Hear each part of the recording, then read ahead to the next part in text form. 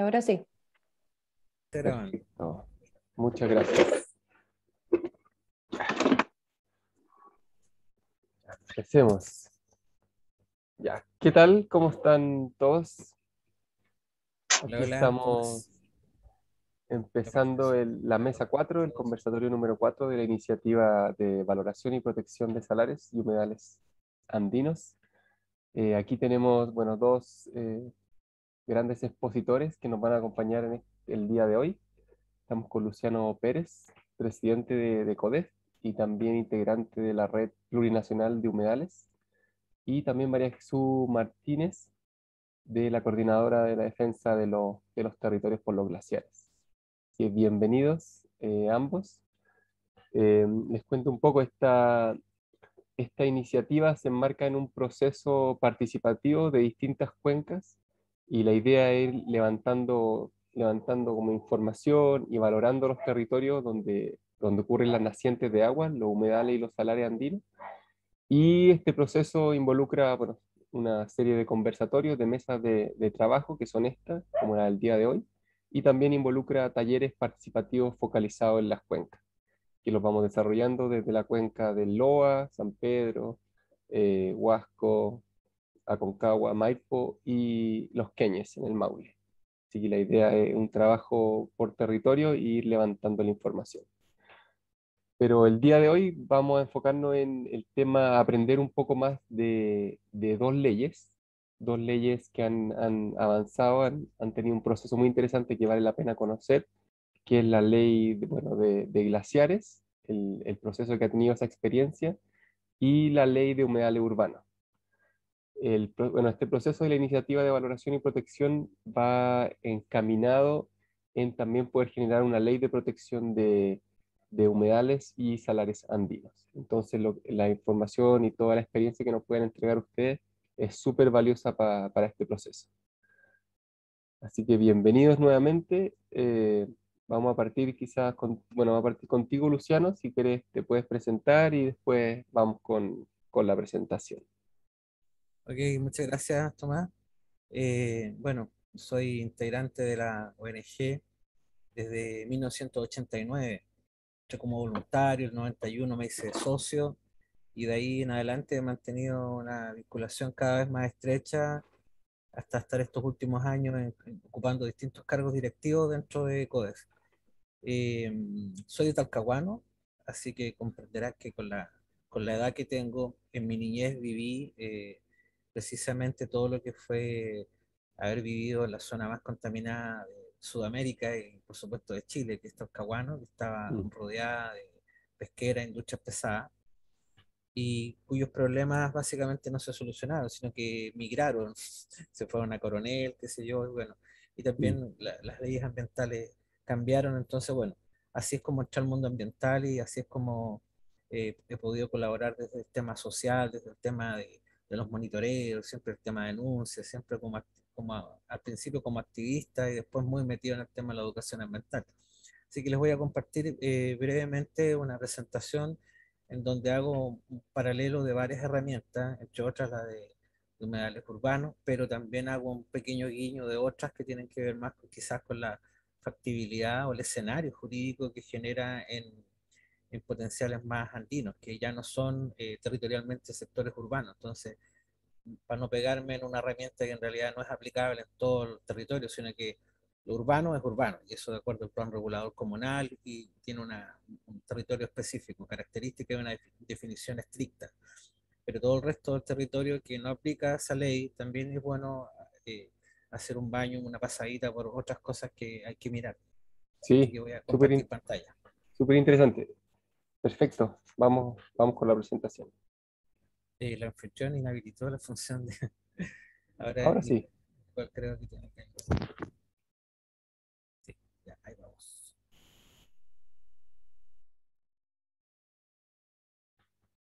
Ahí voy. ¿Se ve? Se ve perfecto. Estoy en en la número uno, ¿no? En la pregunta. Sí. Perfecto.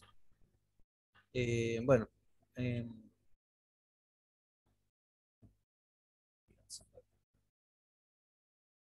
una breve presentación institucional. COEF es una ONG, ahí está la misión, trabajamos principalmente el tema de biodiversidad, cambio climático, educación ambiental, conservación de áreas silvestres, rehabilitación de fauna, que precisamente hablamos un poquito con Tomás ahí, que tenemos un centro de rehabilitación allá en el Cajón del Maipo, y hacemos mucho trabajo de voluntariado socioambiental. Nos fundamos en el año 68, y ahí, bueno, ya pasamos ese logotipo que hicimos para los 50 años, ya pasamos los 50 años, y esa es nuestra organización.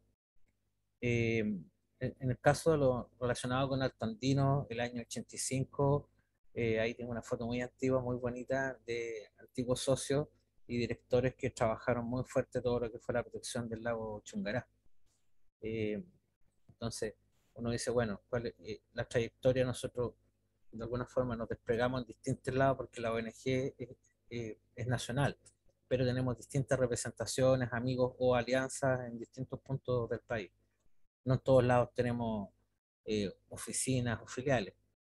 Eh, y dentro de lo que hemos hecho estos últimos años son alianzas internacionales como ser parte socio pleno de BeerLife. Y ahí les quiero compartir esta página, que la página de BeerLife tiene una sección que es Data Zone. Ahí tengo un pantallazo con un puntero gigante donde ustedes pueden poner el país, ponen la región Sudamérica, después ponen el país Chile, ahí hacen los otros clics en la parte de abajo y ahí ustedes van a encontrar un poco el trabajo que hemos estado haciendo a nivel nacional, pero en particular ustedes pueden mirar si gustan las zonas que hemos promovido que se protejan como sitios IVAs en el norte. Pero como es un mapa, ustedes lo pueden desplazar y pueden ver todos los sitios IVAs que de alguna forma nosotros colaboramos para que fueran declarados. Y tiene varias pestañas, después que una vez que ustedes ya entran a Chile, tienen varias pestañas donde ven los sitios IVA, y hay una tabla donde dice la cantidad de especies que están protegidas por ese ecosistema, y también estos criterios son los criterios Ramsar. Entonces también hay criterios con códigos en los cuales hacemos alusión a cuáles son las poblaciones mínimas, la representatividad de estas especies globales, etcétera, las que son migratorias locales, migratorias continentales, etcétera. Como varias fichas técnicas en cada uno de los sitios que están marcados ahí como polígonos en el mapa.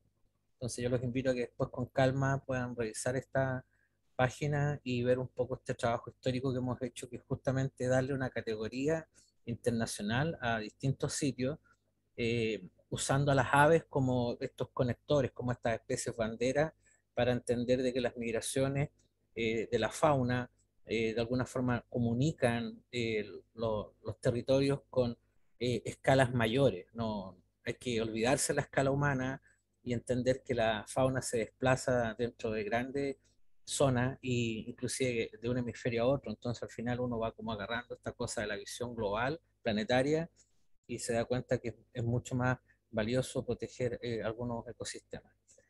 Bueno, a propósito de cómo hilvanamos la pregunta que nos convoca en la presentación de hoy, ¿qué lecciones nos deja la experiencia en torno a las leyes de la protección de la naturaleza? Hay que tener presente que Chile, dentro de todos los tiempos que han transcurrido, igual es un país que tiene leyes relativamente nuevas. Del 94 ya ha surgido distintas modificaciones, y eso, bueno, está bajo la tutela del Ministerio de Medio Ambiente. Por otro lado, todo lo que son las declaraciones, por ejemplo, de los santuarios de la naturaleza, ha estado alojado en el Consejo de Monumentos. Originalmente estaban en el Ministerio de Educación, actualmente está en el Ministerio de Cultura y Patrimonio, y también es otro mecanismo, una línea también estratégica que fue utilizada por muchos años y todavía sigue siendo utilizada, declarando distintos santuarios de acuerdo a los objetivos del interés que puedan tener, que puede ser científico, biológico, etc. Eh, Puse un esquema de las municipalidades, eh, porque bueno, áreas metropolitanas, ahí cambia un poco los ministerios y los gobiernos regionales, pero lo común es que no son tantas las áreas metropolitanas que hay en el país. Entonces la unidad territorial que ve por estos usos de suelo son los municipios, que no todos tienen los planos reguladores comunales. Entonces ahí también hay un desafío de cómo el uso de suelo está establecido en instrumentos que finalmente eh, regula lo que pasa en cada uno de los territorios. Está al otro lado también con este vínculo internacional, Chile suscribe el convenio Ramsar, que también es otra línea institucional, que también ahora está bajo la tutela del Ministerio de Medio Ambiente. En algún minuto también estuvo como oficina técnica la CONAF, y así ha ido como transformándose un poco esto, pero actualmente es el Ministerio de Medio Ambiente quien recibe los expedientes y después los tramita para que sean declarados sitios Ramsar. La CONAF, que si bien es una corporación nacional forestal, también tiene bajo la tutela del Ministerio de Agricultura, y es quien principalmente puso el logotipo ahí de los parques nacionales, que son las áreas sensibles, digamos, más icónicas del altiplano, que de alguna forma son las que protegen, o se supone que deberían proteger los hábitats. Digo se supone porque después voy a dar un pequeño estudio de caso, brevemente. Las concesiones mineras, Ministerio de Minería, y bueno, ahí están como un baño para tener presente. Dentro de las buenas prácticas y a propósito de los humedales urbanos, quiero contarles que acá en la zona de Concepción, desde la comunidad, y ahí puse bien grandes los logotipos, distintas organizaciones locales de base colaboraron para que finalmente existiera expedientes contundentes, técnicos, que son los que se le facilitaron al municipio de Concepción, por ejemplo, para que se declararan ciertos sitios como humedales urbanos. La verdad es que esto, finalmente, esta colaboración multisectorial es la que de alguna forma le permitió que en un corto tiempo, con un gran esfuerzo y un gran despliegue técnico profesional, se lograra un tremendo documento muy, muy contundente, gracias al cual se inicia este trabajo con el municipio. Y a propósito de los planos reguladores comunales, también fue la comunidad la que también se sumó al municipio en estas políticas de hacer algunos ajustes al plan regulador comunal, precisamente para poder proteger algunas áreas que ya estaban bastante deterioradas, porque antes no había mayores regulaciones. Quiero hacer un baño rápido por Michinga, una piscina de relave que conocí hace pocos meses en el norte. Ahí hay una foto panorámica desde lejos para un poco ver el contexto del tema minero. Ahí hay un pequeño zoom, me voy acercando a la zona. Ya es una foto desde el camino, la tomé yo. Como ustedes ven, no hay fauna, ahí hay un detalle, no se ve fauna salvo las microalgas y las algas que están ahí. Y cuando hay, ya sea grandes tensiones de agua equilibrada, limpia, sana, ya sean grandes como, no sé, como Surire, o pequeños riachuelos, ya sean grandes o pequeños, sin duda se observan que hay de todo, pues hay bacterias, insectos, aves, mamíferos, o sea, en el fondo hay agua, comida y refugio, que es lo que muchas especies requieren para poder estar ocupando un nicho. Eh, bueno, concurso. Pregúntense ustedes a ver quién me ayuda de los presentes, no todos vamos a poder interactuar con todos a través de la plataforma, pero los de acá, no sé si conocen esta Michinga, este salar que se convirtió en una piscina relava, qué tan grande es. No sé si alguno sabe, las dimensiones, se imaginan, tienen un tamaño, como el porte de 10 camiones, 50 buses, 5 trenes. ¿Cómo se imaginan que esta piscina de relave? ¿Qué era un salar? ¿Alguien sabe? ¿Se anima? ¿Quién se atreve? Me la juego por 5 estadios nacionales. 5 estadios nacionales. Ya. ¿Alguien más? ¿Algún otro valiente? Bien, yo les voy a mostrar. Ahí yo con una herramienta bastante fácil de usar que tiene el Google Earth, uno hace como un polígono alrededor del salar y llega a 1495 hectáreas. Esa es la superficie que tenía el salar, más o menos, que todavía se identifica por el color, pero de salar se convirtió en un relave minero. Y no es el único caso, hay otros salares que también son utilizados como relave. Para imaginarse el tamaño, los que conocen el norte es como todo el bajo, todo el plano de Iquique, sin contar la puntita que es la Sofri, que la dejé fuera porque no tiene población de personas, nadie vive ahí. Pero todo el resto que está ahí en el esquema es hasta Guayquique, las últimas poblaciones y edificios, sería como todo el plano de Iquique. Yo vivía allá, así que lo conozco bastante bien, y todo el plano de Iquique son 1410 hectáreas, o sea, un número bastante cercano para que ustedes se imaginen el tamaño de este salar, ¿ya?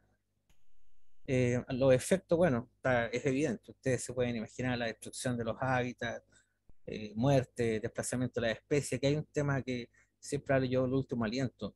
Puede que en este minuto no haya naves, pero en el minuto que comenzaron los disturbios, puede que haya habido alguna mortandad de aves, porque quizás las que estaban acostumbradas a llegar ahí y comer se encontraron con disturbios. Entonces, lo más probable es que si ya venían migrando, venían cansadas sin energía, llegaron a su lugar que tenían memorizado, llegaron y no les dio la energía para llegar a otro lado. Entonces, a veces mueren las aves.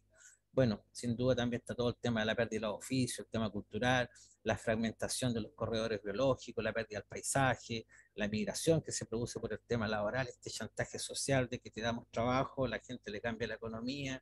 Bueno, hay todo un sinnúmero de trastornos que implica convertir un salar en un relave minero. Y otro tema que es clave, digamos, entender a dónde va el agua y cuánta agua va por estas tuberías. La verdad es que uno cuando recorre el norte se va encontrando con distintas tuberías en distintos lados y la verdad es que no queda claro qué volumen es el de agua que pasa por ahí. Yo tengo un relato dramático de una integrante de una comunidad indígena de Ollagüe, en el cual me contaba que en su niñez ella iba a un sector a bañarse y habían dos cursos de agua que ella le llamaban que eran dos ojos de agua que lloraban y hace poco tiempo fue y no encontró nada, estaba completamente seca. Me contaba que la comunidad indígena a la que ella pertenece están por estos días, porque tenían un periodo como 6 meses que querían trabajar, estaban haciendo como un catastro, como ciencia ciudadana, por así decirlo, un catastro de todas las cursos de agua para ver cómo estaban y estaban haciendo esas caminatas, esas salidas y estaban plasmando en mapas y tomando como información para ver el estado de su disponibilidad de agua y los hábitats que habían ahí, todos los humedales que habían por los bordes de estos cauces de agua, que no son precisamente urbanos, pero sí son tremendamente valiosos para la vida y para estos corredores que yo indicaba. Bueno, entonces, con todas estas problemáticas, con la falta de gobernanza, con la falta de fiscalizaciones, con los intereses económicos, que es lo que más hay, la falta de normas regulatorias, las leyes ambientales ahí desarrollando recién normativas, leyes nuevas, la presión social, el código de agua. Si uno lo mete en la juguera, la verdad es que la mezcla es bastante asquerosa y nos tiene tan complicado como sabemos que está el hábitat. Entonces, si uno dice, ya, pues, conversemos el tema, ¿qué es lo que pasa? ¿Qué pasa con la participación ciudadana? Se están usando estas estructuras de Pladeco, COSOC, estrategias regionales, hay una intención de tener evaluaciones antes, durante y post, claramente que no. ¿Cómo podemos hacer auditoría ciudadana? ¿Cómo los líderes representativos efectivamente resguardan esto? Porque, por ejemplo, yo les voy a contar que acá en el Biobío hay una petroquímica que de alguna forma compró, por así decirlo, a algunos dirigentes de una comunidad aledaña y esa comunidad nos reclama por su salud. Entonces, la industria en el fondo como que compra a los locales con distintos favores y baja la presión y la defensa del territorio porque se produce esta relación viciada entre algunos líderes que finalmente no son tan representativos y que se benefician de esta relación con los grandes industriales. Y está todo este marco institucional, pues, las leyes vigentes, un ministerio que no tiene un sistema de SBAP y que aún así del SBAP que originalmente queríamos a esta cosa que se fue transformando en el camino, que ahora hay otra cosa que ya no nos convence tanto. Hay otras herramientas en las cuales no queda claro cuál es la responsabilidad del Estado eh, poniendo platas o no para proteger las áreas. Entonces hay mucho enredo de temas que no está lo suficientemente abordado y que hay que generar precisamente canales de gobernanza y de trabajo. Y por eso yo les mostraba a partir mostrándole este expediente que hizo la misma gente, porque finalmente uno es el que tiene que colaborar, poner la información técnica y darle peso a las palabras, no solamente levantar un discurso emotivo y político, sino que tenga un respaldo técnico para poder hacer la defensa de algunos hábitats particulares. Y para Luciano, terminar, sí, disculpa que te moleste, nos quedan 5 minutos. sí, estoy mirando el reloj. Perfecto, Sí, gracias. estoy cronometrado. Dentro de las buenas prácticas, entonces con todo este escenario, y bueno, si hay que ponerse a trabajar, entonces al esperar de que todos estos procesos jurídicos sean tan complejos y tan lentos y tan de largo aliento, partiendo por el mismo cambio de la Constitución, entonces, ¿qué hacemos mientras tanto? Porque hay urgencia. Y a propósito de esto mismo de buenas prácticas, está poder generar censos de población y entender cuáles son los lugares más sensibles, por ejemplo, para los impactos y las colisiones de aves, de animales, y poner señalética, y ahí hay varios que las mismas comunidades han hecho.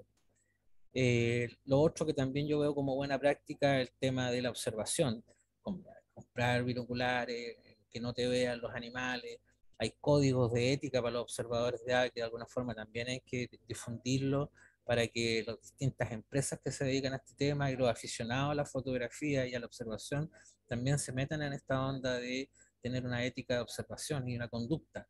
Y lo otro que también quise incorporar, porque también es un tema que no está trabajado tanto para el norte, pero sí para el sur, y sin embargo las condiciones del agua del norte hacen que sean hábitats igual de vulnerables al tema del dídimo, que es poco conversado, pero es un moquillo de río que le llaman, que es tremendamente dañino, que llegó por accidente de Norteamérica, seguramente en materiales de pesca, porque es un alga, una microalga que es muy invasiva y que es muy resistente, o sea, puede pasar muchos días con un poco de humedad y sobrevive, y cuando uno usa ese calzado o ese material en el río puede contaminar distintos ecosistemas. En términos generales, yo quise eh, compartir todos estos temas como una forma de acercarnos a una reflexión en la cual asumamos que las normativas ambientales están en proceso, no solo por la Constitución, sino que están en permanente proceso de cambio, de normativa, de reglamento. Eh, entonces no es algo tan solidado, tan perfecto, es algo que está en cambio. Entonces, ¿qué pasa mientras tanto? Yo después les puedo compartir un poco de material en el cual nosotros jurídicamente decimos, bueno, hay que expresar todo, la ley de humedales urbanos, concesiones, comodatos, declaración de santuario, o sea, todo sirve para buscar distintas trabas y finalmente poder darle algún grado de efectividad a los territorios, y también buscar cómo algunas de esas figuras permiten canalizar distintos recursos para poder sustentar esa protección en el tiempo. Entonces, de alguna forma, no es un tema fácil, pero sí es clave articularse, sí es clave sumar voluntades. A mí yo quedé pero impresionado del trabajo final que hizo ese grupo de trabajo por acá para los humedales urbanos de Concepción, y creo que es un buen ejemplo que se ha compartido de hecho en la red plurinacional y en otras páginas de estos grupos de WhatsApp que hay nacionales y regionales, precisamente porque ha sido muy profesional el trabajo que ese equipo hizo, y yo creo que si nos ponemos a esperar que las autoridades nos resuelvan los problemas, la verdad es que uno debería decir, sí, ellos están mandatados, pero no lo hacen, porque tienen otra agenda, otras prioridades, y finalmente uno tiene que ser ingenioso y meter la energía para poder proteger los espacios naturales que van quedando. Eso, casi listo. Genial, muchas gracias, Luciano. Ahora vamos a darle el pase a María Jesús. Después de su presentación vamos a empezar un conversatorio, una ronda de preguntas. Así que guarden sus preguntas para el final, y si quieren las van anotando en el chat también. Y ahí las vamos a ir canalizando al final. Ya, Jesús. Ya. Bueno, buenas tardes. Saludar a todas, todos y todes quienes estén acompañándonos por medio de la transmisión. Saludar a los compañeros que están presentes por el Zoom. A la compañera Nicole, que veo que no sé si está en la pantalla, pero veo que está en los controles. Agradezco su presencia porque hubiese sido muy triste estar siendo la única representante de las mujeres en este espacio. Nosotros vengo a representar a la Coordinación de Territorios por la Defensa de los Glaciares, que es un espacio en donde convergen distintas organizaciones de base, en donde los territorios, las comunidades se han organizado para defender a los glaciares de algún proyecto que los esté destruyendo, los esté impactando, o eventualmente se esté tramitando algún proyecto que vaya en esa vía. Entendimos en algún momento que teníamos que articularnos y establecer un trabajo coordinado, porque entendíamos lo fundamental que están siendo los glaciares en el abastecimiento permanente y seguro de agua de buena calidad, de agua de forma permanente, porque somos las comunidades las que dependemos de esta agua y tenemos una relación directa con estas fuentes de agua, con los vientres del agua. Por lo tanto, la primera lección que nosotros podríamos entregar a este diagnóstico de cuáles son las lecciones que nos dejan las experiencias en torno a las leyes de la protección de la naturaleza, o sea, leyes que versan sobre la protección de la naturaleza, es que el trabajo comunitario, el trabajo de los territorios es el pilar fundamental, desde donde se levantan las diversas demandas que van tomando fuerza y que en términos históricos tienen una expresión a nivel nacional, como es el agua, por ejemplo. Y en ese sentido, ese es el primer elemento que queremos entregar, el rol de las comunidades.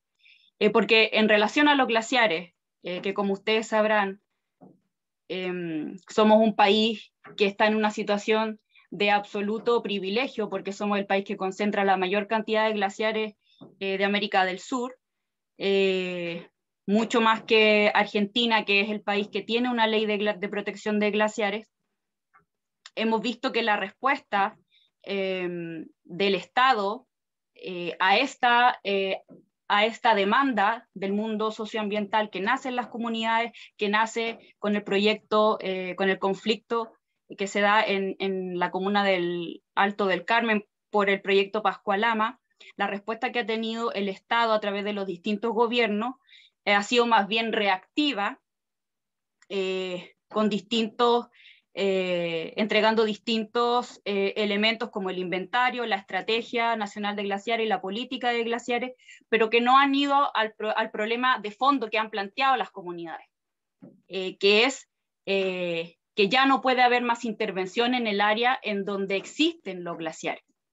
Por lo tanto, entran a cuestionar a la megaminería, al código minero, al tratado binacional minero, al código de aguas, a la Constitución. Un segundo elemento que quisiéramos también entregar de lo que nosotros hemos podido experimentar como grupo que se empezó a coordinar desde el año 2015, cuando se estaba tramitando el proyecto de protección de glaciares de la bancada glaciar, que luego a través de indicaciones sustitutivas cambió totalmente el gobierno de Bachelet, es que en todas estas tramitaciones de los distintos proyectos que se han venido sumando a ese, el proyecto que en algún momento presentó parte del Frente Amplio como una reforma al Código de Aguas, y ahora el proyecto que se está tramitando actualmente en el Senado, en la Comisión de Medio Ambiente, es que las distintas, o sea, que hay presiones que vienen de un sector específico, que es la minería, que es la actividad que principalmente ha dañado el ecosistema glaciar y que en algunos casos también se sabe que ha destruido directamente glaciares de distintos tipos, glaciares blancos, rocosos, pero principalmente que es la industria que se instala en este ecosistema, que es tan frágil por lo demás y tan estratégico porque es por donde proviene el agua. No es menor lo que estamos hablando porque todas las regiones del país tienen glaciares y el 70% de la población del país se abastece de agua que proviene de la zona altoandinas de la cordillera de los Andes, que es donde están los glaciares.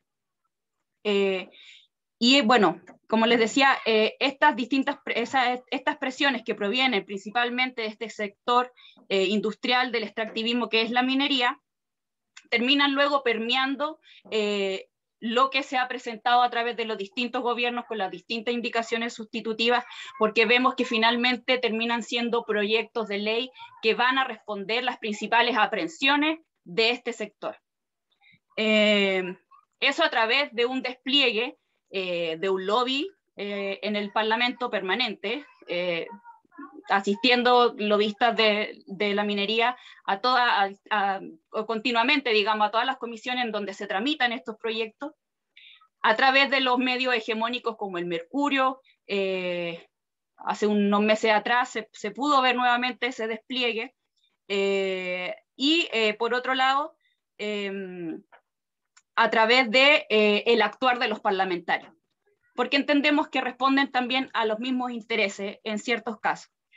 Y eso lo hemos visto en todas las tramitaciones, como les decía, y últimamente en el Senado, siendo ahí como el espacio en donde más desfachatadamente hemos visto cómo se opera o cómo han operado estos despliegues de las presiones del lobby del mercado, que busca obstaculizar la protección que es demandada por las comunidades, en donde se enfrentan finalmente estas dos visiones de la posibilidad a través de un proyecto de ley de legalizar la intervención del ecosistema glaciar, de legalizar la intervención del área del entorno de los glaciares, que es el área que permite que se mantengan y que no rompan su equilibrio, y por otro lado, la visión de que el agua es el derecho fundamental, es el derecho humano fundamental, es también parte de diversas cosmovisiones de los pueblos originarios, y en donde sabemos muy bien que las comunidades tienen una visión mucho más unitaria, mucho más sistémica. Por lo tanto, demandamos una protección que esté de acorde a esa situación, en donde el agua es lo central. Por lo tanto, los glaciares son un elemento que deben ser declarados intocables, y también su entorno, porque entendemos que son elementos que responden uno al otro. Y como último elemento, que también está muy ligado, es al primer punto que decía de las comunidades, o al rol de las comunidades, es que como espacio nosotros decidimos trabajar en torno a una representación directa. Es decir, y a eso también llamamos como una experiencia sumamente enriquecedora, a pesar de lo difícil que ha sido. La representación directa en el que somos nosotros nuestros propios voceros, somos nosotros los que portamos las vivencias, somos nosotros los que portamos los saberes ancestrales, los saberes comunitarios. Por lo tanto, no necesitamos ningún representante o nadie que venga a hablar por nosotros. La voz la llevan las propias comunidades. Y eso es súper importante, porque también hemos visto que en el Parlamento, en relación a cómo se tramitan los proyectos de ley, hay diversos intereses, diversos lobistas que están presentes, incluso en el ámbito de lo ambiental. Y eso también, lo que nosotros hemos experimentado, está súper ligado a qué relación tienen o cercanías puedan tener con los partidos políticos, con los senadores, con los diputados, con los centros de estudio que están relacionados a los partidos políticos. Y eso ha sido para nosotros, como ciudadanía activa, un verdadero obstáculo, porque no necesariamente la visión de algunas ONG o centros de estudios representan la visión del movimiento socioambiental, de las comunidades. Incluso hemos visto que en las últimas sesiones que hemos presenciado en el Senado se han resucitado elementos de la discusión del proyecto de Bachelet que estaban totalmente sepultados, como es establecer una prohibición en torno a los glaciares que esté limitada por 1000 metros, por ejemplo.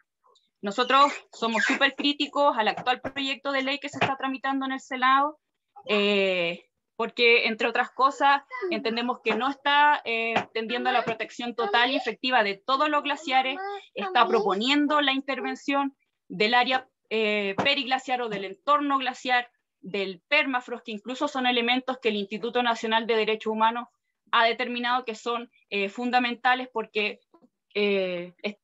tienen funciones análogas a los glaciares. Y dentro de otro, como último aspecto que quisiera resaltar, es la reflexión colectiva que nosotros hemos dado como espacio en torno a esto, en donde además de diversas marchas, conversatorios, presión directa en el Congreso, también hemos desarrollado espacios de encuentro para que las comunidades podamos establecer acuerdos en torno a cuáles son nuestros principios, cuáles son nuestros mínimos para la protección de los glaciares. Hemos llegado a establecer las bases comunitarias para una ley de protección, preservación y conservación de los glaciares, sus ambientes y elementos de apoyo, y en donde logramos acordar como primer principio que se debe proteger todo el glaciosistema, o se deben proteger todos los glaciares, sus ambientes y elementos de apoyo no pueden someterse al sistema de evaluación de impacto ambiental, excepto para ciertas ocasiones.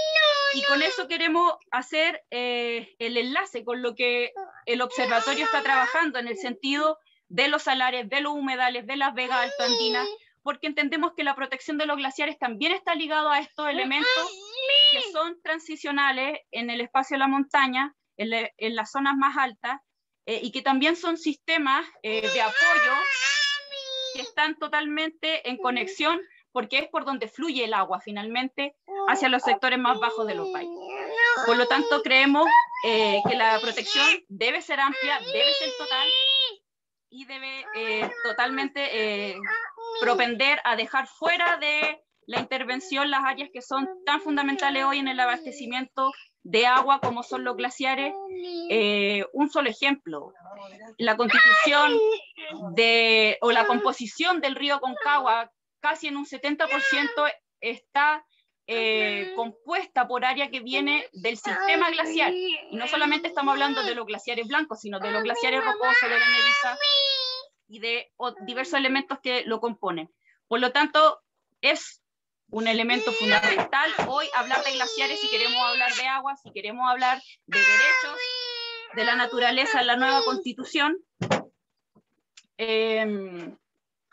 Y eso porque ya no logré, me distraje, perdonen.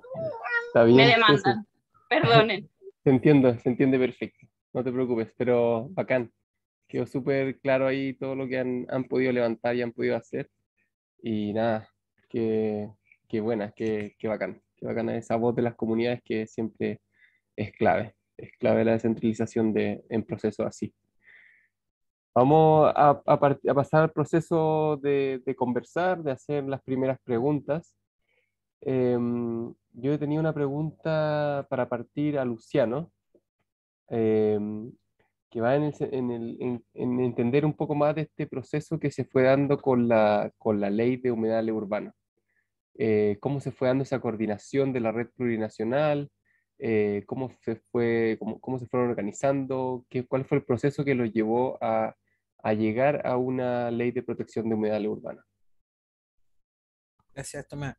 Bueno, Concepción yo diría que es bien particular porque muchos de las personas que son activistas ambientales o integrantes de organizaciones, como es mi caso, habitualmente estamos conectados con muchas organizaciones. Para que se hagan una idea, la Asamblea Ambiental del Biobío tiene como cerca de 150 organizaciones. Y además, mucho de eso nos repetimos en estar vinculados con la red plurinacional o estar en la red de humedales del Biobío. A su vez, la red de humedales del Biobío está conectado con la red nacional de humedales, y se da harto eso de que las personas están como multiconectadas. Y eso es divertido porque por un lado se te llena el WhatsApp porque a veces te llega por varios lados la misma publicación, pero eso da cuenta de qué tan conectados están las personas y las organizaciones. Y digo primero personas porque la verdad es que no todas las organizaciones tienen personalidad jurídica y pertenecen a esa estructura formal del Estado o la que es habitual en los gobiernos, digamos. Muchos son colaboradores, profesionales, técnicos que son de alto nivel y que son entregan voluntariamente su trabajo, su conocimiento al servicio de distintas agrupaciones, coordinadoras o de las ONG. Entonces, es como muy frecuente eso de que un voluntario es como voluntario en varios lados, un integrante es colaborador en varias. Entonces, no hay como particularmente una respuesta de cómo se coordina, porque la verdad es que estamos todos como vinculados. Eso en términos generales. Y eso es muy bonito, muy valioso. Lo otro, en términos del tema de los humedales urbanos, apenas salió yo como que el tiro le bajé un poco, mi expectativa era como baja, porque la verdad es que salió en medio de un proceso en el cual nosotros estábamos viviendo mucho relleno de humedales en una zona que es un sitio prioritario para nosotros, que es un sitio IVAS con reconocimiento internacional, pero que todavía no tenía ningún reconocimiento para Chile, que era Rocuanandalien.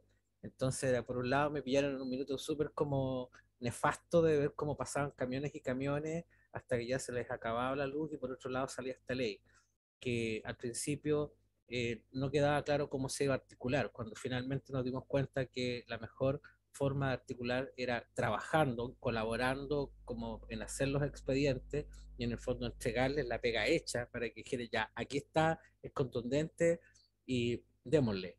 Fue como lo más eficiente. Yo realmente me saco el sombrero, digamos, frente a las personas que trabajaron en esos expedientes y van a seguir trabajando en otros más, porque como estamos conectados, hay otros sitios que también tienen conflicto y que también las personas se vinculan para buscar distintas estrategias de protección. Por eso yo hablaba de estas distintas herramientas y mostré toda esta cuestión como gubernamental, porque de alguna forma también hay como urgencias y estrategias que tienen que ser atendidas en lo inmediato, y otras que son más de largo plazo. Hay construcciones que son más lentas, porque Chile lamentablemente es un país medio leguleyo, digamos, es muy jurista, muy de instrumentos que se aplican o no.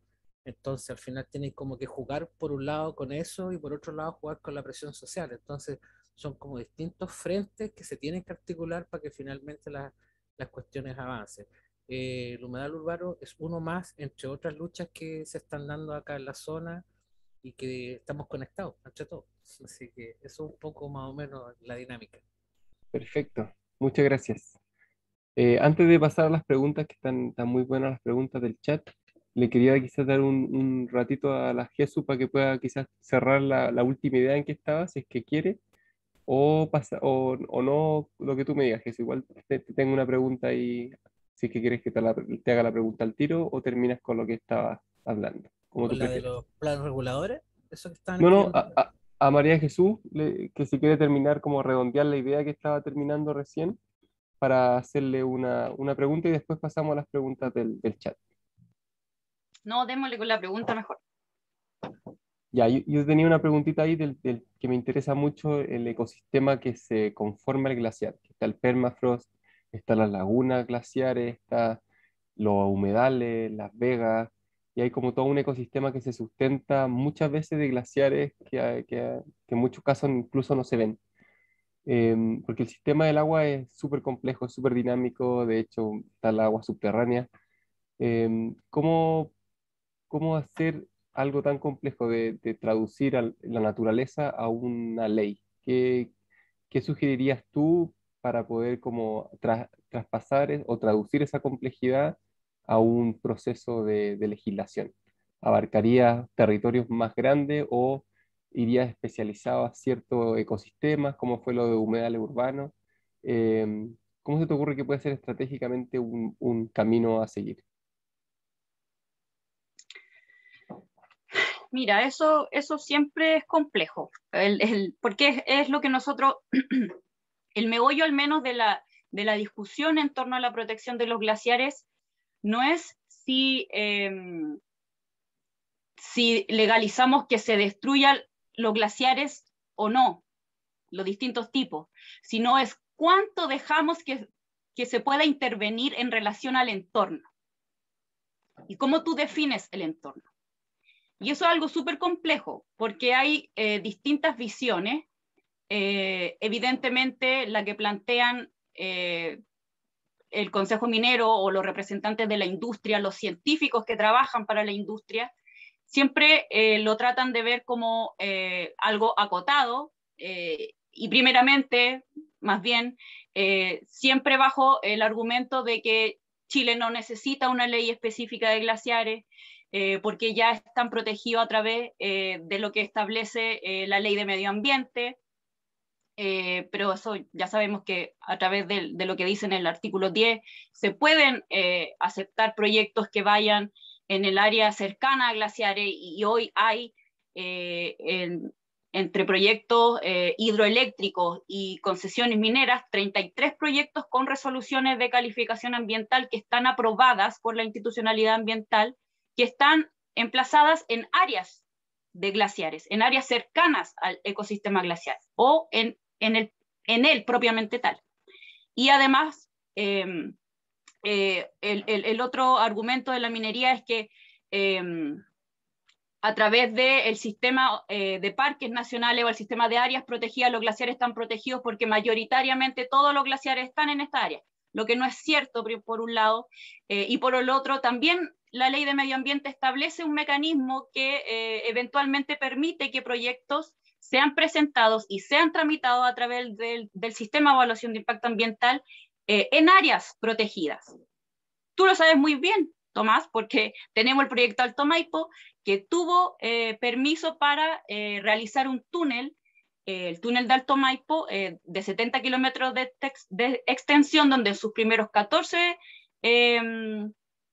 kilómetros pasan por debajo del área del Monumento Natural El Morado, donde, en el que se alberga un complejo glaciar que parte en el San Francisco, en el monumento, se extiende cerro atrás con el Cerro El Morado, el glaciar El Morado, y sube hasta Loma Larga. Entonces, esos argumentos de la minería son los que siempre exponen para decir no necesitamos una ley de glaciares. Pero el meollo es eso, ¿cuánto es lo que se permite intervenir en esta área cercana, el área que está próxima a los glaciares? Y la ciencia, como te digo, cuando es funcional a la industria, con representantes que han trabajado para proyectos mineros como Pascualama, en el caso del glaciólogo Pablo Weinstein, es una visión fragmentaria, reducida, pero que también va en mucha consonancia con lo que promueven los representantes de los gobiernos, como en su momento fue Pablo Badenier, como en su momento fue Jorge Kach, del Ministerio de Medio Ambiente, del gobierno de Bachelet, o el mismísimo Carlos Esteves de la Dirección General de Aguas del mismo gobierno de Bachelet, lo que en su momento fue Cubillos con la entrada de Piñera, y así. Entonces, hay siempre una disputa muy grande en cuanto a cuánto es lo que yo legalizo, cuánto es el kilometraje. Y eso es súper complejo, porque cuando tú entiendes la noción básica por medio de la cual se establece la naturaleza de forma espontánea, es el concepto de sistema lo más importante. Si tú alteras un elemento de ese sistema, el sistema completo se ve alterado. Cuando nosotros pensamos que los glaciares son un elemento de toda una cuenca, entendemos su importancia, porque es la zona alta de la cuenca, en la mayoría de los casos, que es donde está la montaña, que es donde están los glaciares, que es la principal llave o la primera llave que te da el agua hasta el mar, prácticamente. 24 horas se demora una gota de agua que proviene de la cordillera en llegar al mar. Y además, en términos sistémicos, es la zona más frágil de toda esta cuenca. Su grandiosidad o su grandeza es directamente proporcional a su fragilidad.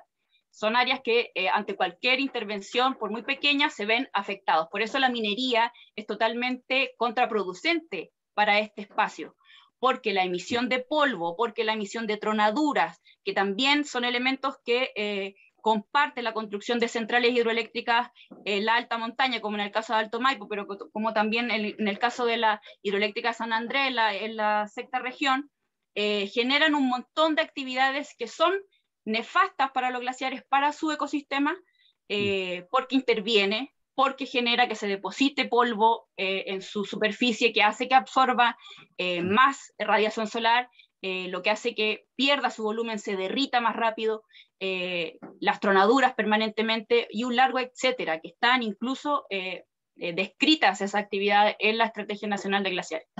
Por lo tanto, es una pregunta súper compleja que yo creo que siempre se responde en términos sociales, a cuánta presión tú logras también frenar por la industria y cuánto logras incidir en el debate con todo lo que cuesta llegar a los senadores, llegar a los diputados, porque son espacios en donde lamentablemente los intereses del mercado son también los intereses, en muchos casos, de los propios senadores. Lo hemos visto en el caso del senador Rafael Proens, que es un senador que tiene derechos de agua, que está en las tramitaciones o que estuvo en la comisión anterior de la Comisión de Minería, que es la que despachó el proyecto a la actual Comisión de Medio Ambiente, en donde también está Proens, decidiendo por los glaciares.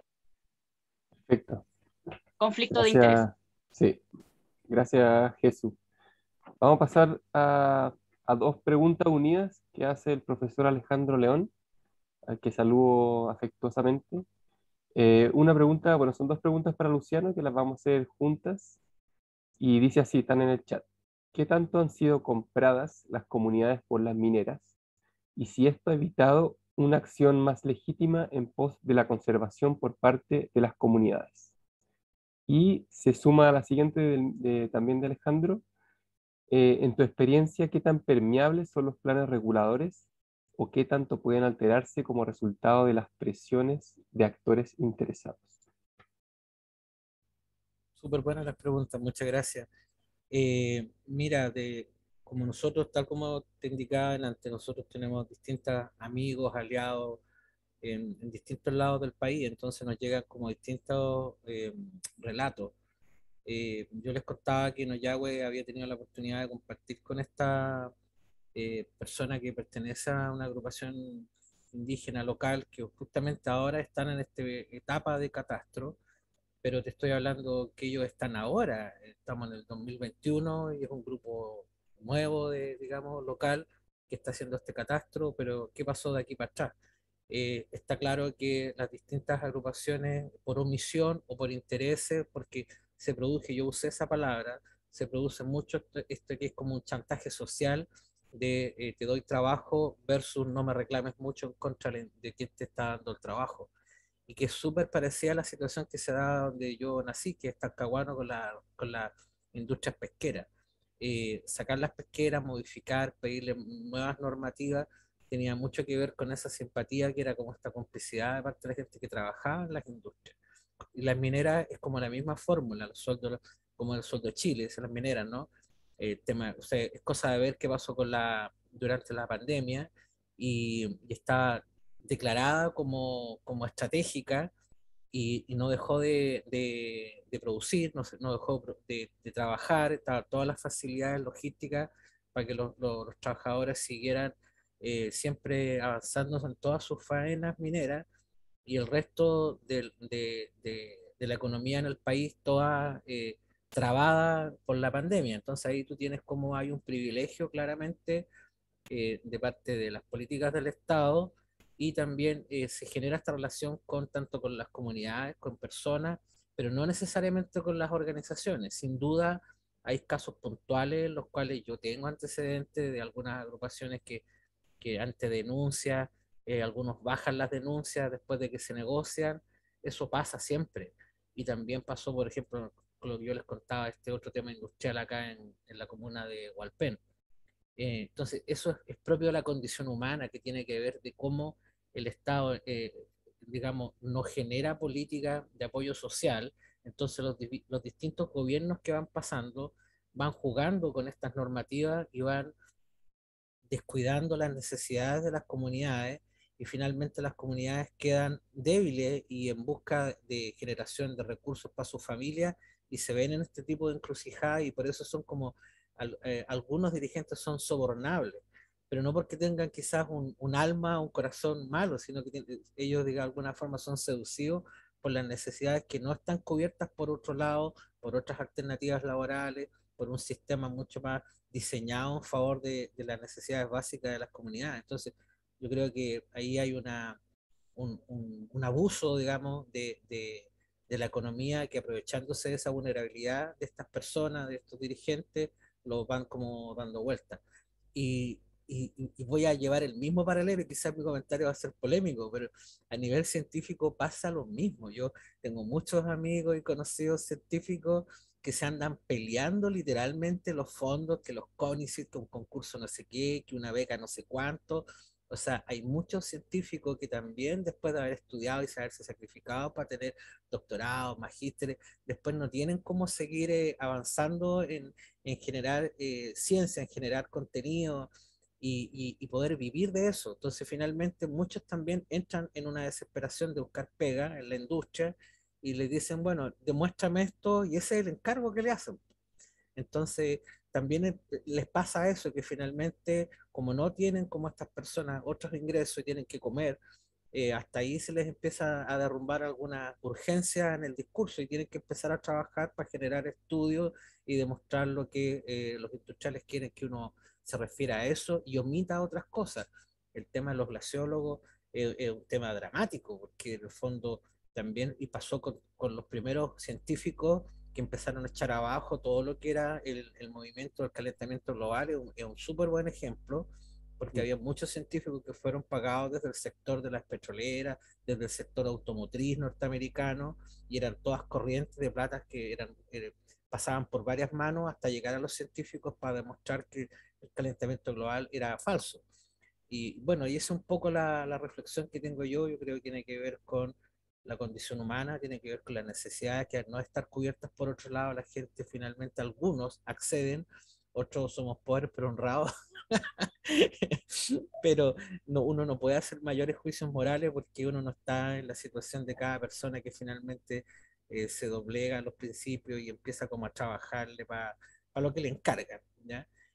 Así que ahí yo sería cuidadoso y cariñoso y tratar de ser empático con esas personas que sin duda tienen que haber sufrido para hacer esos cambios en su vida y dejando de echar la ética profesional, académica, científica, para ir como dejándose echar en ese juego. Sí. Pero sí, mira, ahí mencionar algo de Sokimich, claro, sí, pues, SQM precisamente ha tenido disputas por el tema del consumo del agua, y también hay comunidades que algunas han dado esas luchas y de repente esas luchas también se bajan. ¿Y qué es lo que pasa ahí? Bueno, habría que indagar por qué algunas denuncias o cuestiones dejan de perseverar en los tribunales. Habría que indagar y capaz que hay algún tipo de acuerdo económico. Finalmente lo que importa es eso, cómo hacen un gallito para obtener más recursos, pero no necesariamente porque estén protegiendo el agua o lo que está pasando con algunos hábitats. Sí. Eso es lo que yo sé, pues ya que habría que ver caso a caso para no meter juicios morales. Ahí viene la segunda parte, bueno, la segunda pregunta de qué tan permeables son los planes reguladores o qué tanto pueden alterarse como resultado de las presiones de actores interesados. Y ahí entramos Eh, en la faceta de la falta también de ordenamiento territorial que tenemos en el país. bueno, acá les puedo contar la experiencia de una zona metropolitana que es del Gran Concepción. Está la metropolitana Santiago, está la de Viña Valparaíso y está la del Gran Concepción, que son más de 10 comunes que están vinculadas. Entonces estaba este metropolitano que tenía mucha observación y allá con más de 6 años tratando de sacarse ese plan, porque obviamente siempre le seguíamos haciendo observaciones y nunca ha sido de la simpatía de las organizaciones, nunca ha tenido un proceso participativo real, ni hablar de que tenga algún tipo de relación vinculante, porque son simplemente talleres que ellos te recogen la firma, la asistencia y dicen, no, si la gente ha opinado, y no necesariamente recogieron lo que uno les propone. Entonces, todas esas cuestiones son muy sutiles que tienen que ver con las normativas vigentes, que yo la verdad es que legalmente es como si ellos no estuvieran obligados a hacer estos procesos participativos. Y ese es el problema. El problema es cómo está, lo que decía yo antes, un país que es tan normativo, que es tan legalista, los funcionarios se apegan a lo que tienen que hacer, a lo que pueden hacer, a lo que deben hacer y a lo que les instruyen que hagan. Apegado a la ley, claro, pero con los resultados que ya sabemos, que no son necesariamente las mismas visiones que tiene la comunidad. Entonces, está toda esta maquinación que hay que saber cómo uno articula y mueve para el plan regulador metropolitano, y por otro lado están los comunales, que no todas las comunas, y aquí sí que hay una responsabilidad de todos estos pequeños gobiernos locales, porque si uno hace como un catastro nacional, la verdad es que en Chile no todas las comunas tienen sus planes reguladores comunales. Entonces, como no los tienen, es súper raro cómo administran el uso del suelo, que son la aptitud agrícola, la aptitud inmobiliaria, todas esas cuestiones da para mucho enjuague de plata y aparecen todos estos relatos de estos empresarios que de repente compran una tierra a precio bajo, digamos, porque son agrícolas y de pronto cambia el uso del suelo, se convierten con aptitud inmobiliaria y valen una millonada. Entonces, claro, cuando los planes no están definidos, cuando no existen, pasa todo eso.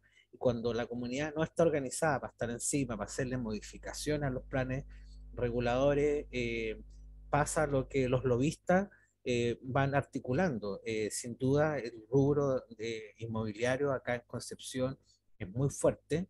De hecho, una cuestión sorprendente, esta comuna antiguamente tenía alturas libres, o sea, podían hacerse edificios de 18, 20, 30, no importa la cantidad de pisos, porque por años eso era lo que estaba establecido. Entonces hubo que hacer todo un proceso con la comunidad, que también fue difícil, fue polémico, hasta que se hizo una fórmula como equilibrada, donde ciertos sectores, dependiendo las arterias, las calles, el sol y qué sé yo, podían ser cierta altura, del otro lado un poquito más y otro lado más. Pero ya se acabó lo de las alturas libres y lo mismo, hubo que hacer otra modificación especial en el comunal para proteger un sector de humedal y darle una categoría como de área verde. Y eso fue súper oportuno porque además después salió esto de la ley de humedales urbanos, entonces como que calzó todo y se protegió una zona que ya había sido muy rellenada, muy destruida y bueno, por lo menos se le dio una categoría de protección a lo que iba quedando. Entonces, sirve, claro, pero hay que estar encima, hay que articular, hay que mover, hay que movilizar gente y también depende mucho de las autoridades que van pasando por los municipios, así como es importante las que pasan por los gobiernos, los municipios también, porque ellos generan estos espacios de participación ciudadana para que la gente los aproveche y se pronuncie. Sí. Por ahí va la cosa. Sí, y hay que agregar que en los planes reguladores rurales, las áreas de protección ecológica que se definen, bueno, no son muy respetadas finalmente. Pueden presentarse proyectos e instalarse cosas que no tienen nada que ver con áreas de protección ecológica. Aquí va, bueno, otra pregunta que nos manda Hernán Bianchi, para María Jesús principalmente, pero también si Luciano quiere agregar algo. Dice, muchas gracias por la presentación, muy interesante la idea de entender los sistemas glaciares como un elemento crítico para el sustento de la vida y el interés de protección. Respecto a la idea de no ser sometidos al SEA u otro sistema de evaluación ambiental por su rol fundamental para la población, ¿bajo qué categoría, figura o sistema deberían integrarse los glaciares y sus sistemas ecológicos? ¿Qué pasa con el riesgo de sobreproteger los glaciares como un recurso estratégico? Pensando como, por ejemplo, lo que ha pasado con el litio, tanto para mejor o peor en términos de las condiciones de acceso al recurso, su extracción y consecuencias, ya que fue declarado estratégico por motivos en el pasado. Ahí, María Jesús, si nos puede contar un poquito qué se te viene a la mente con esta interesante y larga pregunta. Sí, yo creo que si uno entiende que a la luz de los últimos informes del panel intergubernamental sobre cambio climático, a la luz de la sequía, de la escasez de agua, de la vulneración de los distintos derechos sociales, los derechos humanos más básicos que están sufriendo muchas comunidades producto de esta situación que se acentúa, se agudiza y en muchos casos se origina por el extractivismo, se responde un poco sola la respuesta, o sea, la pregunta, digamos. Porque, por ejemplo, si vamos a revisar los datos o algunas manifestaciones de por qué son tan importantes hoy los glaciares en nuestro país para tantas personas, podemos revisar, por ejemplo, la propia información del gobierno, donde en el marco de la COP, el comité asesor de científicos, en uno de sus informes, llegó a establecer que los glaciares están siendo el mayor aporte de los ríos, de los valles centrales en términos de agua superficial, y lo cuantificaba en un 60% en las estaciones secas, que sabemos que se extienden por casi todo el año. Por lo tanto, los glaciares están siendo hoy el principal sustento hídrico de los ríos principales o los ríos más grandes de los valles centrales.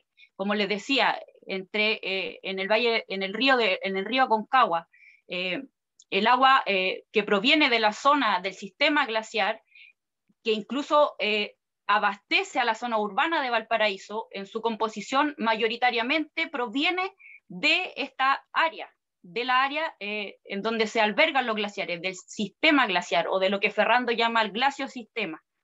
Por lo tanto, lo que nosotros creemos es que debieran tener un grado de intocabilidad total, y no solamente el hielo o el glaciar delimitado como estrictamente, sino que su área de apoyo, su entorno, su glaciosistema o su ambiente periglaciar, como lo establece más la ciencia desde su descripción. Que para los casos de la ley también es muy complejo materializar, y es parte también del debate profundo que estamos viendo hoy en todos los debates en relación al proyecto de ley. Pero no solamente nosotros creemos o diagnosticamos que deben tener un grado de intocabilidad y que además deben ser considerados como un bien común, no un bien nacional de uso público, sino que un bien común.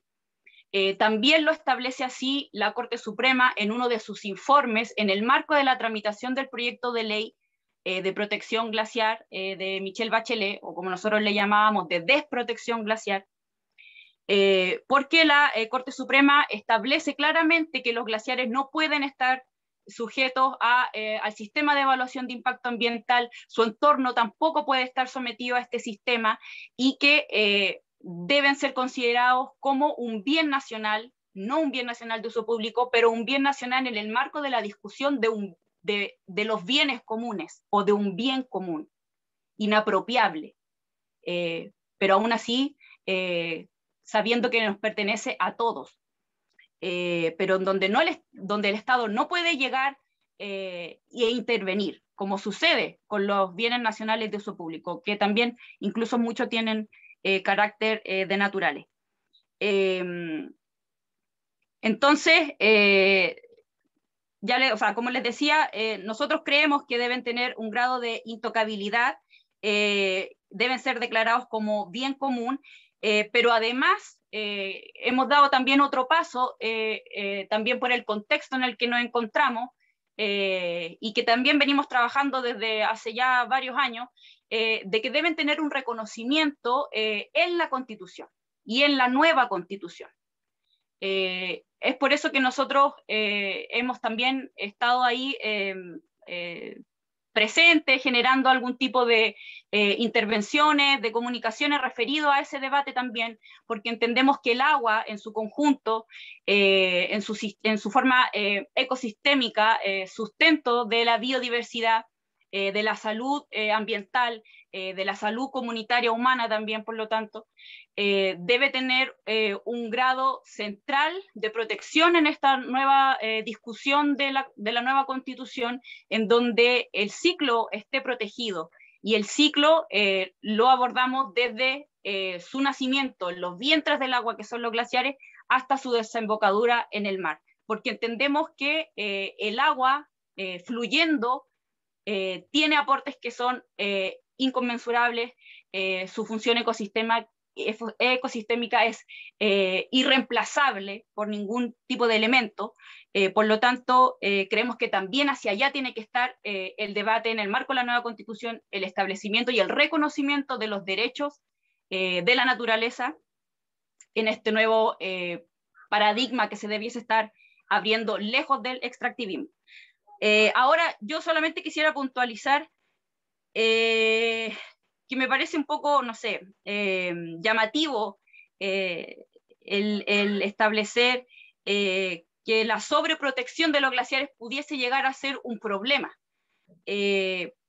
Porque si lo entendemos así, es un poco abstraerse o desconocer la gravedad, la profundidad de la crisis climática, de la crisis ecológica por la que estamos pasando, y en contrasentido creemos que debiésemos apuntar a esa protección total, efectiva, de todos los glaciares y su ambiente, porque buena parte del país está dependiendo hoy de esa agua, y eso se va a acentuar y se va a agudizar y se va a problematizar y complejizar mucho más en un futuro cercano, y no solamente lo decimos nosotros, sino que lo dejó súper claro el IPCC. Sí. Genial. Muchas gracias, Jesús. No sé si Luciano quieres agregar algo a esta pregunta o pasamos a la siguiente. Sí, me gustaría poder sumar un complemento, me tomo un poco lo último que decía María Jesús, que era relacionado con el valor que tiene el agua para la vida. Independiente si el agua proviene del deshielo de un glaciar o es una ladera que es más nival, finalmente es el agua la que genera la vida, y las cabeceras, las cuencas, no solo tienen estos elementos abióticos, por así decirlo, sino que también en la cordillera, y dependiendo la zona en el país, por ejemplo, yo tengo un caso, hay unos glaciares colgantes extraordinarios en la Sierra Velluda, pero están en un sector de esa cumbre. El resto no es glaciar, y eso no quiere decir de que no podemos dejar vulnerable a un tecnicismo que solamente la zona glaciar tenga alguna protección especial. Lo que nosotros tenemos que acostumbrarnos a instalar en el lenguaje colectivo es un poco lo que yo decía, con lo que pasa con la fauna, que son los desplazamientos, lo que son los corredores, el concepto de influencia. Es inaceptable que una zona de glaciar aledaña a otra no se evalúe con criterios similares porque están dentro de áreas de influencia. O sea, no puede ser que una línea imaginaria determine que de aquí para acá hay un criterio de protección, y de esta línea política administrativa de aquí para acá pasa otra cosa distinta y podemos rajar el entorno. Eso no puede pasar. Hay que entender de que los ecosistemas son dinámicos, hay relaciones, y los paisajes son como compartidos por distintas especies, y las dinámicas que se producen con el viento, con el frío, con la temperatura, con las masas de aire, todo eso finalmente va determinando lo que pasa en toda una cuenca generadora de agua, en todo un valle, en todo un sector físico. Y ahí hay elementos que son tanto abióticos como bióticos. Entonces, las cosas no pueden ser desmembradas para ser analizadas y protegidas de manera individual, sino que hay cosas que hay que entenderlas como un todo, y las cuencas precisamente son grandes formas o microcuencas que se van conectando y van tributando sus aguas. Tienen que ser analizadas bajo ese punto de vista, que son sistemas.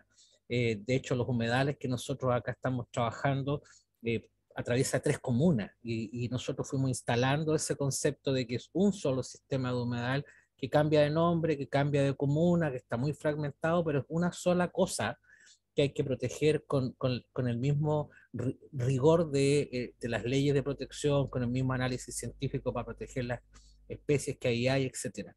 Entonces es un poco un análisis que yo quería poner un punto de que las cosas no tenemos que dejarnos caer en ese juego de la cosa fragmentada, porque como somos medio leguleyos, digamos, podemos trabarnos nosotros mismos en el tecnicismo, y dejar descuidado lo que pasa de un lado al costado, donde a lo mejor no es glaciar.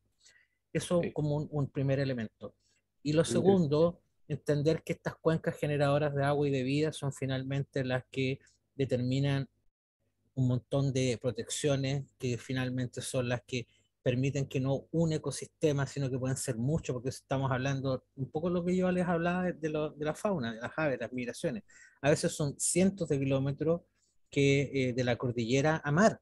Entonces, por favor, lo que pasa aguas arriba es tan importante, porque eso determina lo que pasa en el océano. Entonces, acá nosotros teníamos dentro de estos disparates un proyecto que hablaba de la carretera hídrica, porque según se decía, el agua se perdía en el mar, como entendiendo de que lo que pasa desde la cabecera de la cuenca hasta la desembocadura en el mar, como que daba igual, era agua que se perdía. ese tipo de aberraciones claramente hay que terminarlas, hay que entender de que las dinámicas son distintas, son complejas, y hay que proteger todos los grandes territorios mirándolos técnicamente como cuencas, como microcuencas, como cabeceras de cuencas, porque todo está conectado con todo.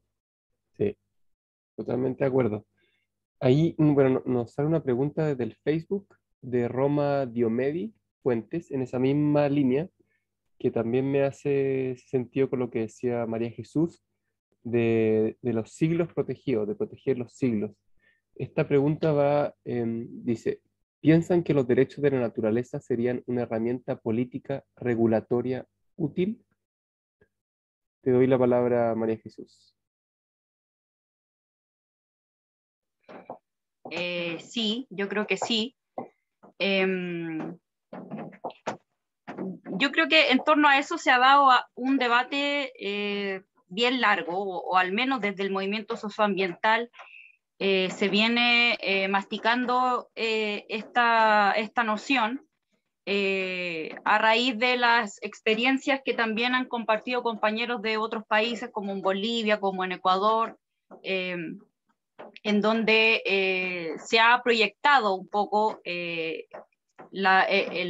reconocimiento a los derechos de la naturaleza, con las cosas buenas y malas de esos procesos también, en donde evidentemente la presión del mercado siempre está presente, y a su vez los gobiernos más progresistas o similares a la línea de la concertación, o lo que estamos viendo hoy en relación al Frente Amplio, son muy permeables a estas presiones, por no decir que en algunos casos pueden o tienen directa relación con esos intereses, como por ejemplo en el caso del Partido Socialista, el partido de la expresidenta Bachelet, con incluso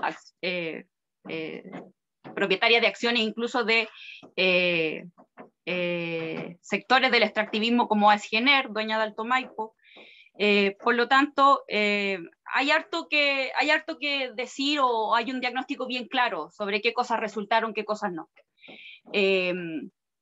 Yo creo que es hoy día una de las cosas más importantes dentro de todo el debate sobre medio ambiente o de la constitución ecológica, puesto que el reconocer estos derechos a la naturaleza, el derecho de ser y de existir, independiente de la función humana que se le establezca en relación a la dependencia, es importante porque se avanza también en el sentido de otros paradigmas, del paradigma del buen vivir o del Kumemoyen, en donde hay otros pueblos que tienen una cosmovisión distinta, en donde los derechos de la naturaleza están intrínsecamente aceptados o son intrínsecamente reconocidos.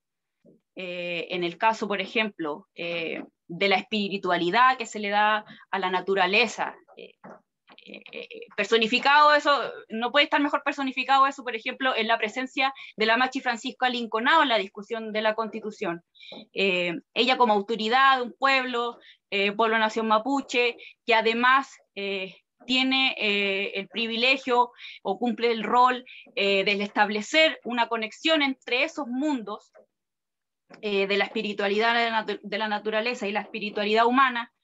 Ese es un claro ejemplo de hacia dónde se apunta con establecer ese debate. La posibilidad de otras cosmovisiones, de otros paradigmas, de otro entendimiento, de otro trato, de un nuevo trato, que no es lo mismo que el desarrollo sostenible, que no es lo mismo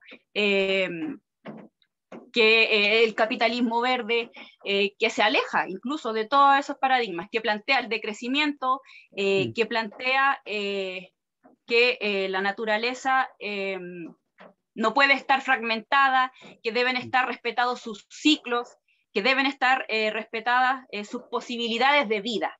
Y yo creo que eso hoy tiene un carácter fundamental, porque ya lo decía, a la luz de los informes del IPCC, estamos en una situación totalmente compleja, de muy difícil reversión, digamos, en donde hace unos años atrás incluso la científica Maysa Rojas reconocía que el rol científico estuvo más bien teniendo un carácter conservador todo este tiempo, y hacía el mea culpa, digamos, desde el sector de la ciencia hemos sido conservadores, hemos proyectado de forma conservadora, y eso no ha permitido plasmar la gravedad del asunto.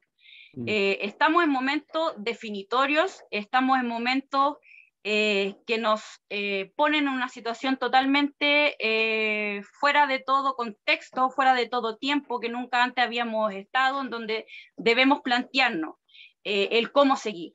Y el cómo seguir ya no puede estar amparado en una estructura como la que hoy tenemos en términos institucionales, en donde la propia institucionalidad ambiental es la que fomenta la destrucción de la naturaleza, porque eso ha sido la institucionalidad ambiental en Chile, la forma, la salida por medio de la cual se le dio al empresariado la posibilidad de que hiciera y deshaciera con la naturaleza.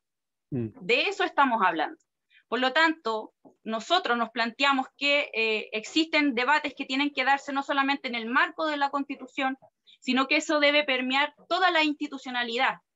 Necesario es reformar el SEA. No, o más bien, esa es la discusión que debiese surgir también. Reformar o no reformar el SEA.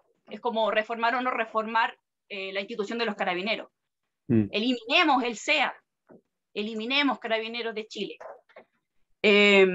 Los tribunales ambientales, funcionales también a esta visión mercantil, explotadora, extractivista de las empresas, que promueve esta institucionalidad. Lo mismo con la Superintendencia de Medio Ambiente, que viene a blanquear todos los incumplimientos, todas las destrucciones que se hacen vía resoluciones de impacto ambiental aprobados por el SEA.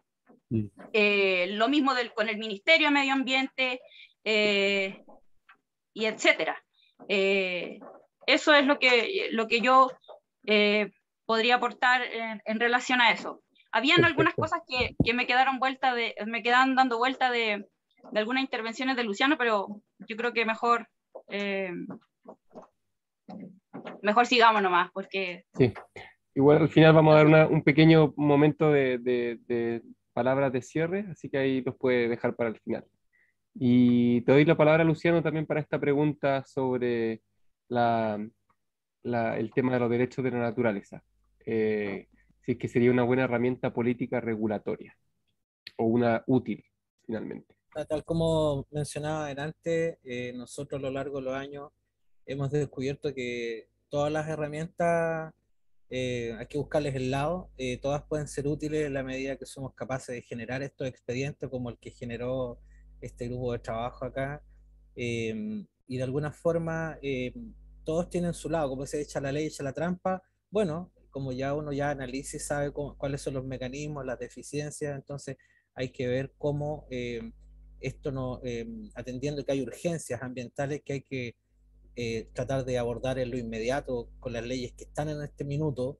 Entonces tienes que saber cómo funcionan, cómo no funcionan, para poder ver entonces cómo avanzas en tu defensa de algo, teniendo la claridad de ese escenario.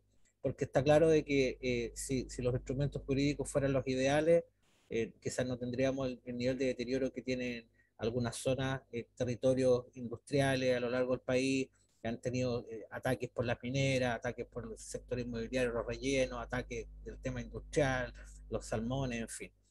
No estaríamos con ese tipo de conflictos y realidades ambientales, pero no es el caso. Entonces, uno tiene que entender que hay distintas estrategias a distintas escalas de tiempo, y por eso hay que manejarse con toda esta estrategia, digamos, de entender cómo son los instrumentos.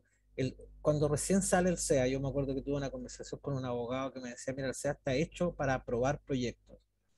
Y así, bueno, está hecho para aprobar proyectos. A ver, ¿cómo así? Le decía yo, explícame. Claro, me decía, porque si el proponente sube un proyecto al sistema y dice, quiero hacer esto, el sistema en el fondo lo que hace es recoger las observaciones, tanto de los servicios públicos como de la comunidad, en el caso que haya tenido participación ciudadana. Entonces lo que hace es recoger todas estas observaciones y le da la chance a que ellos recojan estas observaciones, las superen y vuelvan a meter el proyecto y lo van arreglando, arreglando hasta que lo sacan. ¿Qué es lo que hacemos entonces en algunas luchas que hemos dado? Que encontramos tal cantidad de observaciones tan contundentes que solamente cuando todos estos ajustes que ellos tendrían que hacer para poder seguir avanzando con sus proyectos, cuando todos esos ajustes hacen inviable económicamente un proyecto, no podría decir quizás se caiga, pero a veces hay proyectos que son tan grandes, los intereses son tan gigantes, con intereses internacionales, son miles y miles de dólares, que a veces ellos están dispuestos a hacer todas las modificaciones que se les pida a fin de sacar igual los proyectos.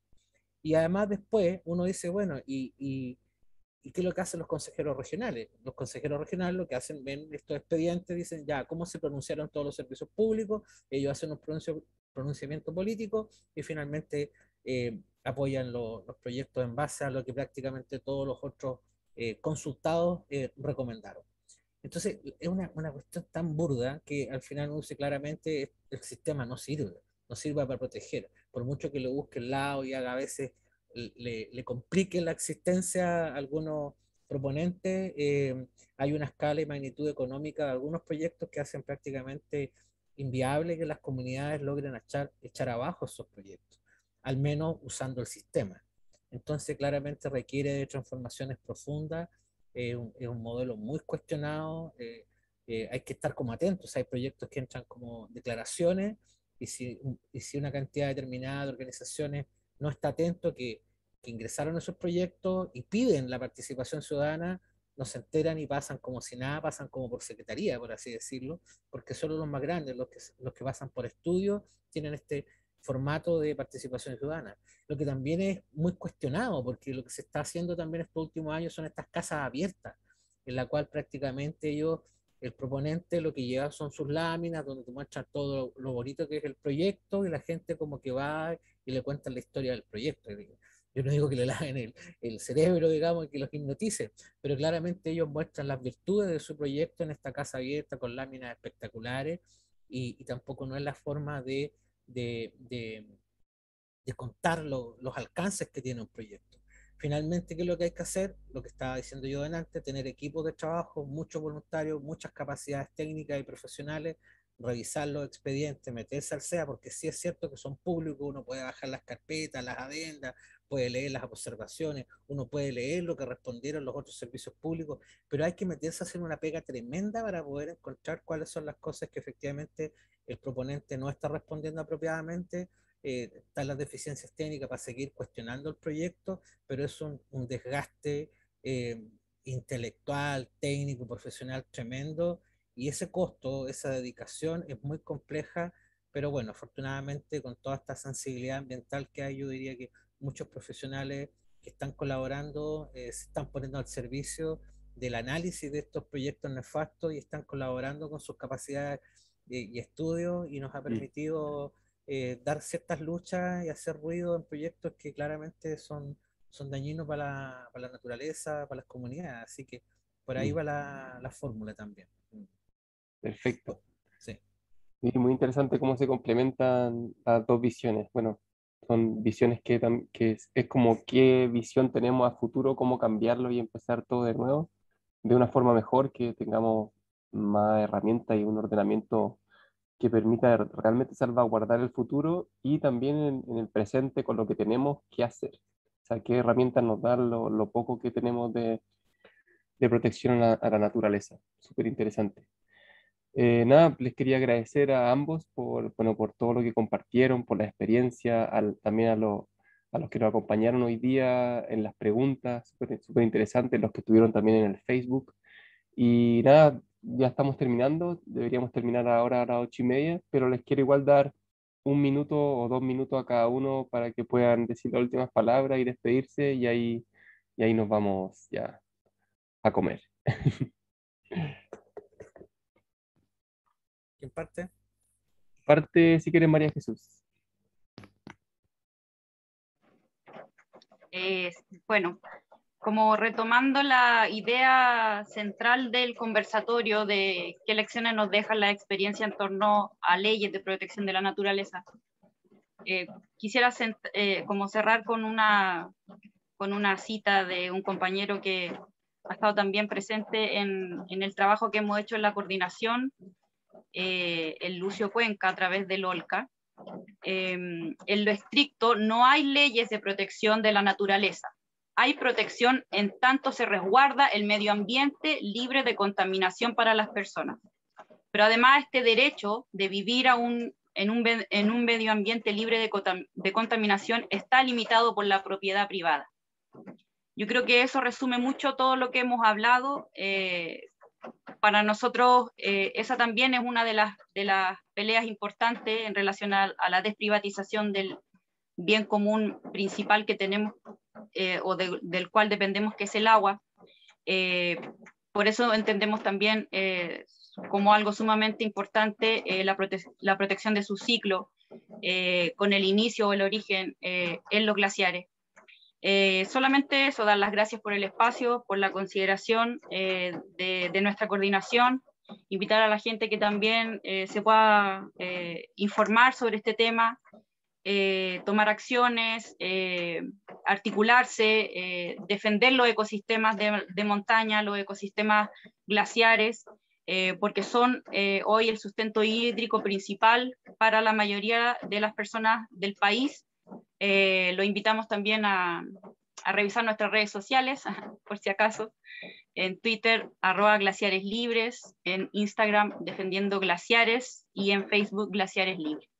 Y correo defendiendo.glaciares @gmail.com. Eso, le damos las gracias al observatorio. Nos interesa mucho la posibilidad de poder trabajar el concepto de esta protección sistémica, de los sistemas de apoyo además que están interconectados y que son también parte del área que nosotros creemos importante para proteger, como es el área glacial. Genial. Muchas gracias, María Jesús. Dale, Luciano. Muchas gracias. Bueno, primero insistir, para los que tengan algún tipo de duda todavía, que el agua no se pierde en el mar, ya sea que el agua provenga de un glaciar o de nieve o de la infiltración de los bosques nativos que tenemos en la media cordillera. Todo este gran recorrido de las cuencas no es agua que se pierda en el mar.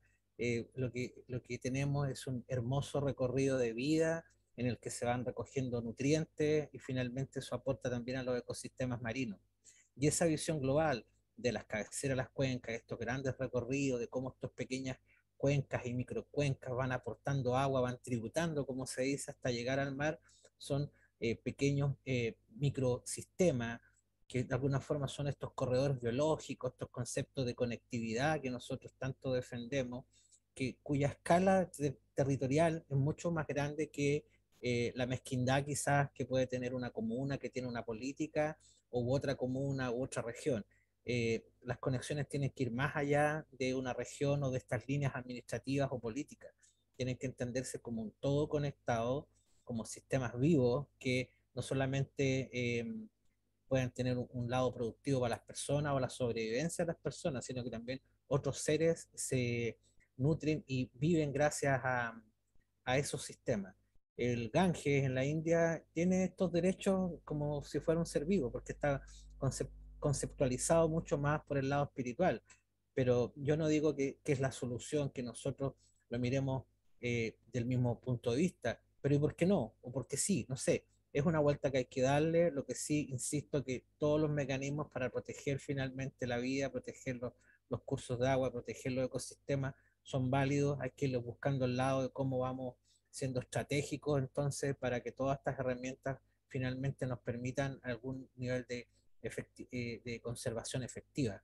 Así que yo llamo a esta fórmula de conectividad, de sumar experiencias, conocimiento. Acá en la señoraza se hizo un triunfo en la Corte Suprema de toda una etapa que se da como una lucha media perdida.